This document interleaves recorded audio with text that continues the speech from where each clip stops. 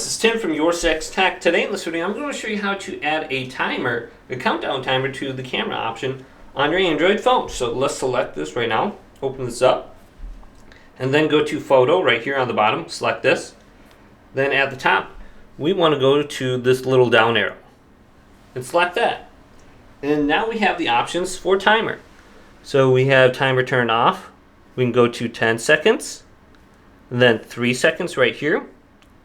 And then we can press this, and it's going to count down from that specific time, as you can see. So if we want to go ahead and turn this off now, we need to go back to the little down arrow, and then go to the slash over the time clock, and it is now turned off.